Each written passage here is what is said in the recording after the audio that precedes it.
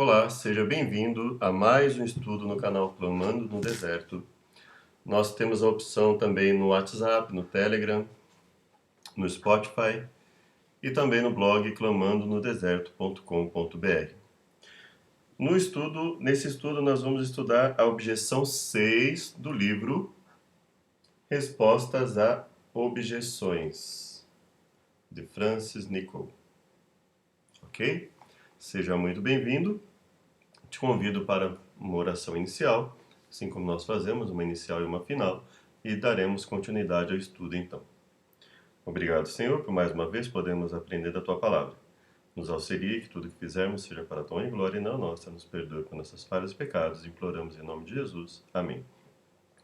A nossa intenção é fazer um estudo dentro de um tempo um pouco mais curto, né? Vamos tentar manter um estudo dentro de um tempo mais curto, alguns estudos mais longos, outros mais curtos, mas de uma forma que nós consigamos falar alguma coisa do livro sem lê-lo todo, mas falar algumas coisas essenciais que consideramos essenciais. E também estamos com um estudo sobre os evangelhos e a lei. E também, com a ajuda de Deus, nós vamos dar continuidade ao estudo desse livro aqui, Interpretando as Escrituras. Que Deus possa nos auxiliar, que nós possamos trabalhar aqui da melhor forma possível para que Deus possa ser engrandecido e que nós possamos aprender cada vez mais. A objeção número 6 nos diz o seguinte: Paulo declara que o ministério da morte, gravado com letras em pedra, se desvanecia. Olha que interessante. Portanto, a lei dos 10 mandamentos, que foi escrita em tábuas de pedra, se desvaneceu. 2 Coríntios 3, 5 a 11. Então nós vamos começar com a leitura de segunda carta aos Coríntios 3, 5 a 11.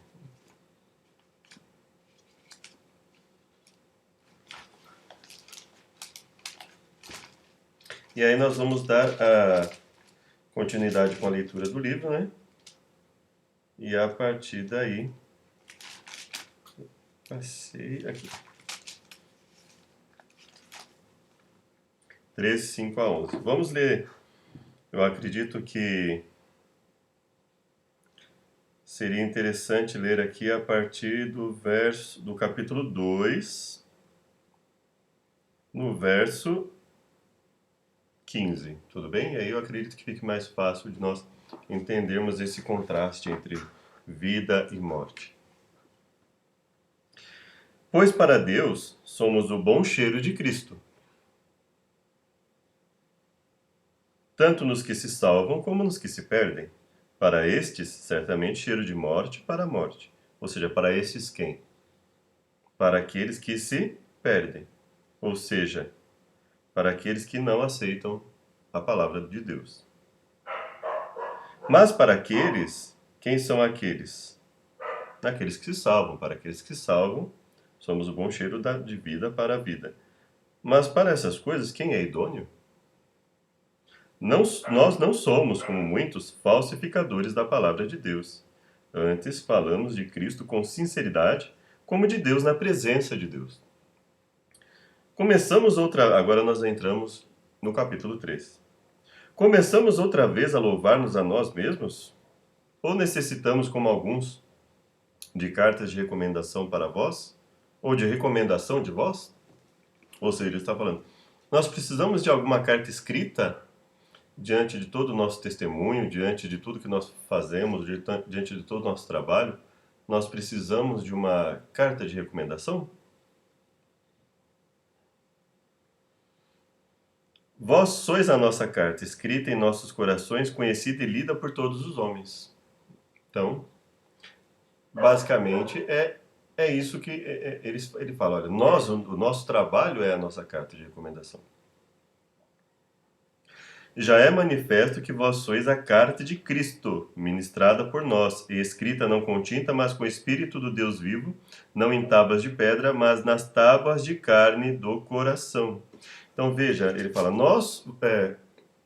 a nossa carta é o nosso trabalho, é o resultado do nosso trabalho na conversão das pessoas ao verdadeiro caminho. E aí ele fala, escrito não com tinta, mas com espírito, não em tábuas, mas nas tábuas de carne. Então eu pergunto a você, ele estaria se contradizendo ao dizer que não são cartas escritas em tinta e ao mesmo tempo fazer cartas escritas? Evidente que não. Evidente que não é isso que ele está se referindo. Ele não está querendo anular a necessidade de uma carta escrita. O que ele está dizendo é que ele acha muito inconsistente que os próprios fatos, ou seja, as conversões ao verdadeiro caminho, não sejam consideradas. E é por intermédio de Cristo que temos tal confiança em Deus, não que sejamos capazes por nós mesmos de pensar alguma coisa, como se partisse de nós mesmos, mas a nossa capacidade vem de Deus. Ele nos fez também capazes de ser ministros de uma nova aliança, não da letra, mas do Espírito, pois a letra mata, mas o Espírito vivifica. Quando ele fala sermos participantes de uma nova aliança, significa que nós não poderíamos mais ver nada escrito, só verbal? É isso que ele está dizendo? Quando ele fala letra mata, mas o Espírito vivifica? Evidente que ele não está falando isso. Senão ele não teria escrito, né, cartas para as pessoas lerem, para que fosse lida publicamente para as pessoas. Muitos não sabiam ler, né? Então ele não estaria fazendo isso. Então ele não está dizendo que não há necessidade de escritos, de escritura, sendo que ele mesmo se baseia em escritos ao falar muitas vezes. E aí, então, depois que ele fala o verso 6, que ele fala, ser ministro de uma nova aliança, não da letra, mas do Espírito, pois a letra mata, mas o Espírito vivifica. Como, evidentemente, ele não está aqui contrariando as coisas, as escritos sagrados, que ele mesmo havia aconselhado que fossem estudados, né? Quando ele fala, toda escritura inspirada por Deus é útil, né? Ou o mais correto, né, ao meu ver, seria toda escritura é inspirada e útil, visto que tem uma partícula cai, né? E útil. Então, não pode ser toda escritura inspirada e útil, não. Pede-se o verbo, né? Toda escritura é inspirada e útil para ensino, repreensão, correção, instrução e justiça, para que o homem de Deus seja perfeito, completo e perfeitamente, completamente habilitado para toda boa obra. Então, evidentemente, ele não está contrariando as escrituras ao dizer que a letra mata, mas o espírito vivifica. Não é a isso que ele está se referindo. E se o ministério da morte, gravado com letras em pedras, veio em glória, de maneira que os filhos de Israel não podiam fitar os olhos na face de Moisés, por causa da glória do seu rosto, ainda que desvanecente, ou seja, a glória desvanecente do rosto. Como não será de maior glória o ministério do Espírito? E se o ministério da condenação foi glorioso, muito mais excederá em glória o ministério da justiça. Pois o que foi... E aí eu pergunto, será que quando Deus deu os 10 mandamentos não foi o ministério da justiça? Quando ele deixa claro lá que a obediência às leis daria vida, daria segurança ao povo? É evidente que Paulo não está aqui contrariando o conteúdo dos 10 mandamentos. Pois o que foi glorioso não é em comparação com a glória inexcedível. E se o que desvanecia teve glória, muito mais glória tem o que permanece. E o que ele está falando que desvaneceu? O que desvanecia era a glória do rosto de Moisés, muito mais a glória permanente do Espírito Santo. Portanto, tendo tal esperança, usamos de muita ousadia no falar. E não somos como Moisés, que punha um véu sobre sua face para que os filhos de Israel não fitassem o fio daquilo que desvanecia. Até porque se eles não conseguiam, era o mais coerente, era colocar um véu para que as pessoas pudessem fitá-lo, pudessem ir até ele, vê-lo, né? Mas os seus sentidos foram embotados, pois até hoje a leitura da antiga aliança permanece o mesmo véu. Não foi removido, porque somente em Cristo ele é abolido. E aí, o que você estaria falando sobre a questão do véu, né? Esse véu, não é? Até hoje permanece, não foi removido porque somente em Cristo é abolido. E até hoje, quando é lido Moisés, o véu está posto sobre o coração deles. Então ele está falando claramente sobre a questão de ausência de transformação na vida das pessoas.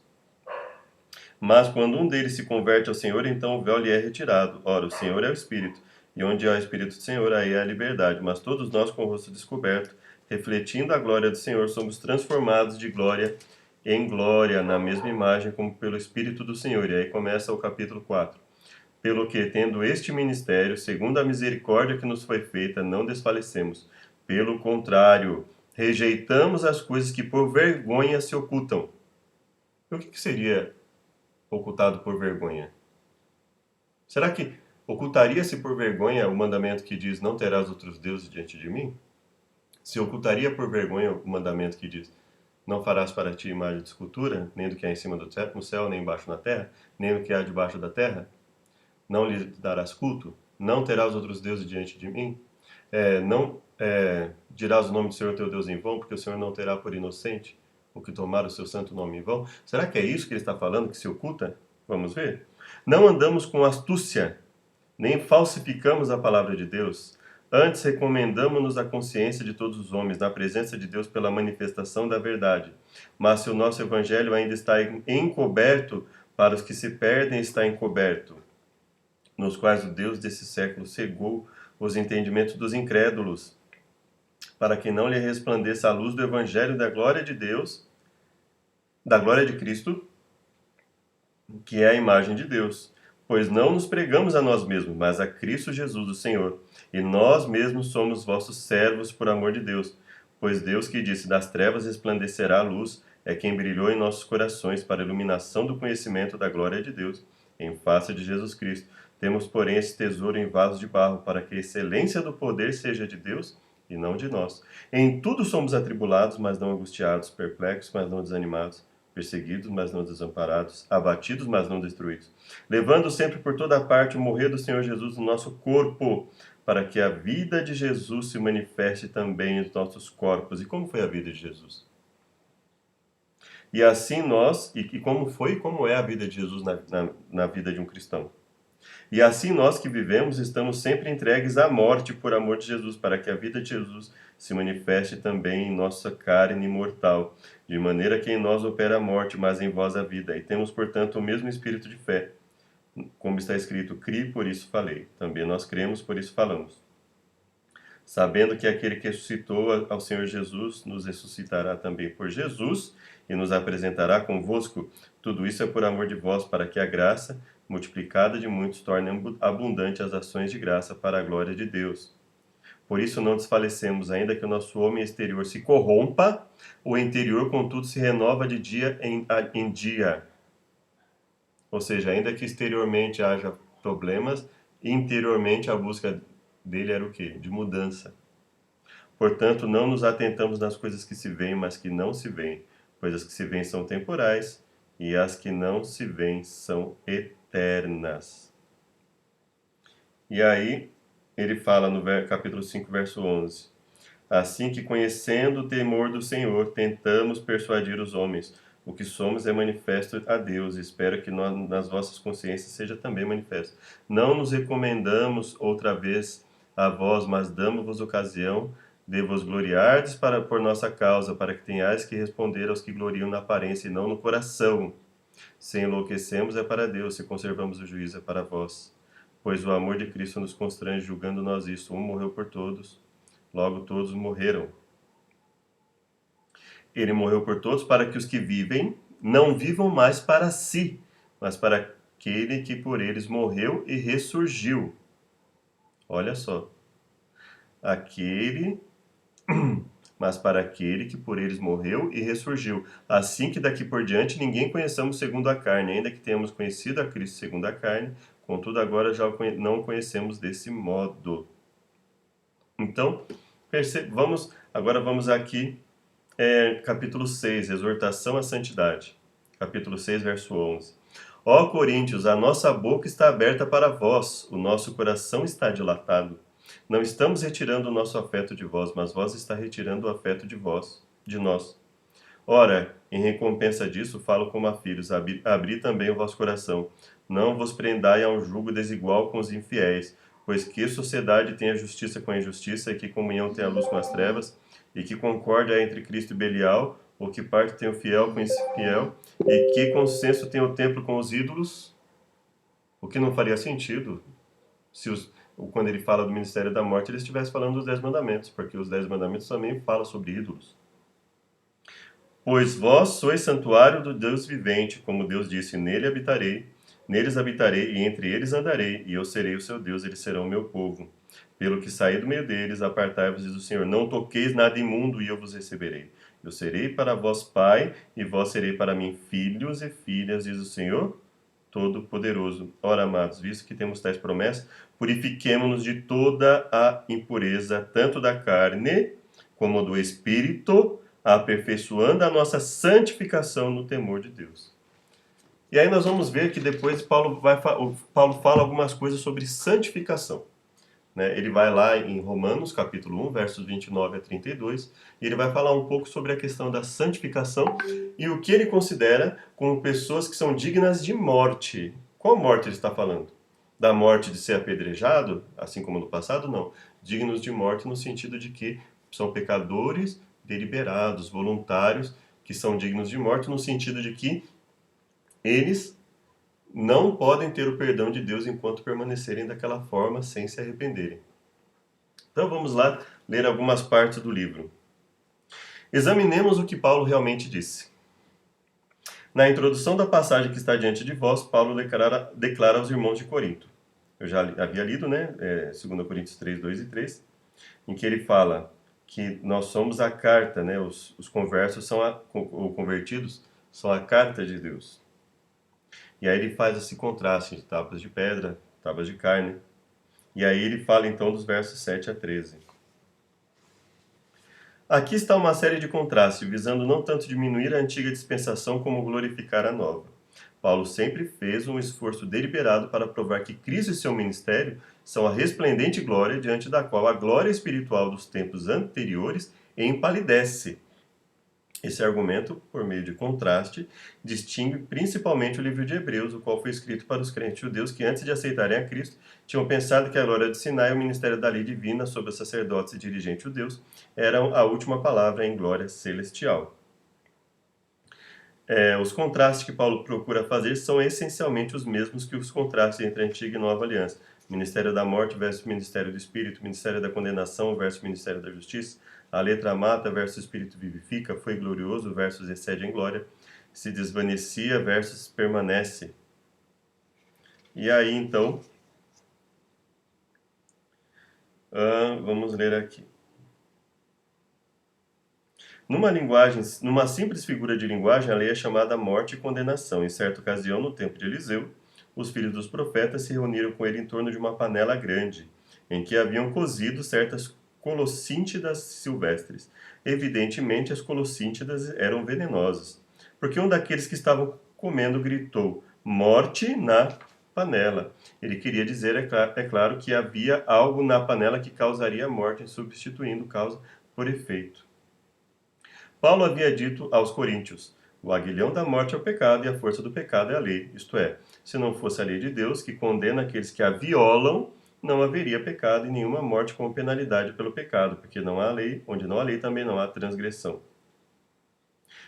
Pensando nesse fato e no fato contrastante de que a lei é santa e o mandamento santo e justo e bom, Paulo indaga: acaso o bom se tornou em morte? Aqui ele fala da lei como sendo morte. Ora, como diz Paulo que escapamos desse ministério da morte, desse ministério da condenação, abolindo a lei de Deus? Ouça suas palavras. Agora, pois, já nenhuma condenação há para os que estão em Cristo Jesus, porque a lei do Espírito da vida em Cristo Jesus te livrou da lei do pecado e da morte.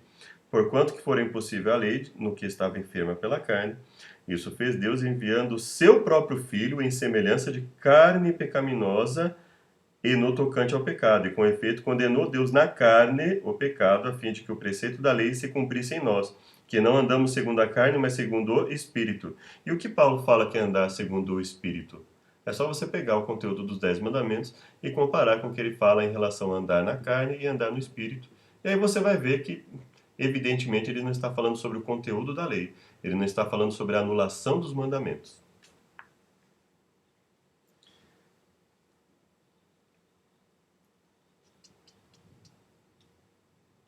O contraste entre letra e espírito não significa um contraste entre uma era de lei e uma era de libertação de toda a lei. Como já notamos, quando o Espírito de Deus está no controle, os requisitos da lei são cumpridos em nosso coração. E quanto à glória mencionada por Paulo, ele fala claramente da glória relativa a de dois ministérios. A justiça de Deus brilhou em espantosa e mesmo aterrorizante glória no Sinai. Mas quão maior foi a glória de Deus que banhou a terra em todos os seus raios vivificantes quando Cristo desceu para salvar o povo dos pecados deles. Isso leva à última pergunta: o que se desvanecia e o que permanece? A pergunta, na verdade, já foi respondida. A glória que acompanhou a entrega da lei é tão grandemente excedida pela glória que acompanhou a salvação dos homens de sua violação, que Paulo podia apropriadamente falar da primeira como gloriosa e da segunda como a glória que excede. Mas justamente aqui Paulo narra um incidente em conexão com a entrega da lei no Sinai, para ilustrar um ponto que ele deseja realçar nos versos que seguem essa discutida passagem. Quando Moisés desceu do monte com as tábuas de pedra em suas mãos, resplandecia a pele do seu rosto, e temeram chegar-se a ele. De modo que Moisés pôs um véu sobre o rosto enquanto falava. Foi a glória do ministério anterior agora findo, e não a lei administrada que se desvanecia, que foi mesmo abolido como por analogia histórica.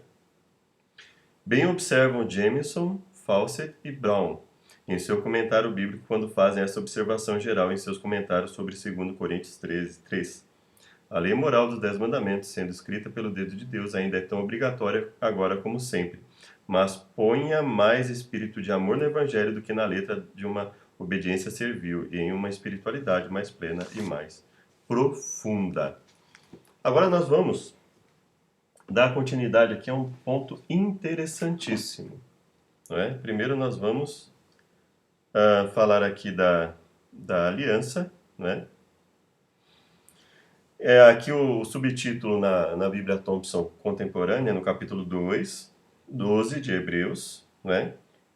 Em que ele fala sobre correção, ele fala sobre resistência, né? Resistir ao que estava ali, resistir até o sangue combatendo contra o pecado, ou seja, resistir em relação ao pecado, contra o pecado. E aí ele diz o seguinte, no verso 14: segui a paz com todos e a santificação. Sem a santificação ninguém verá o Senhor. Tende cuidado de que ninguém se prive da graça de Deus. Olha só o que ele fala, que é se privar da graça de Deus. E de que nenhuma raiz de amargura brotando vos perturbe, e por ela muito se contamine. Ninguém seja devasso ou profano, como foi Esaú, que por uma refeição vendeu seu direito de primogenitura. Depois, como bem sabeis, querendo ele ainda herdar a bênção, foi rejeitado. Não achou lugar de arrependimento, embora com lágrimas o tivesse buscado. Não tendo chegado ao monte palpável e ardente, e à escuridão, e às trevas, e à tempestade, e ao sonido da trombeta, e ao som de palavras tais que, quantos o ouviram, rogaram que não lhes falasse mais, porque não podiam suportar o que se lhes mandava.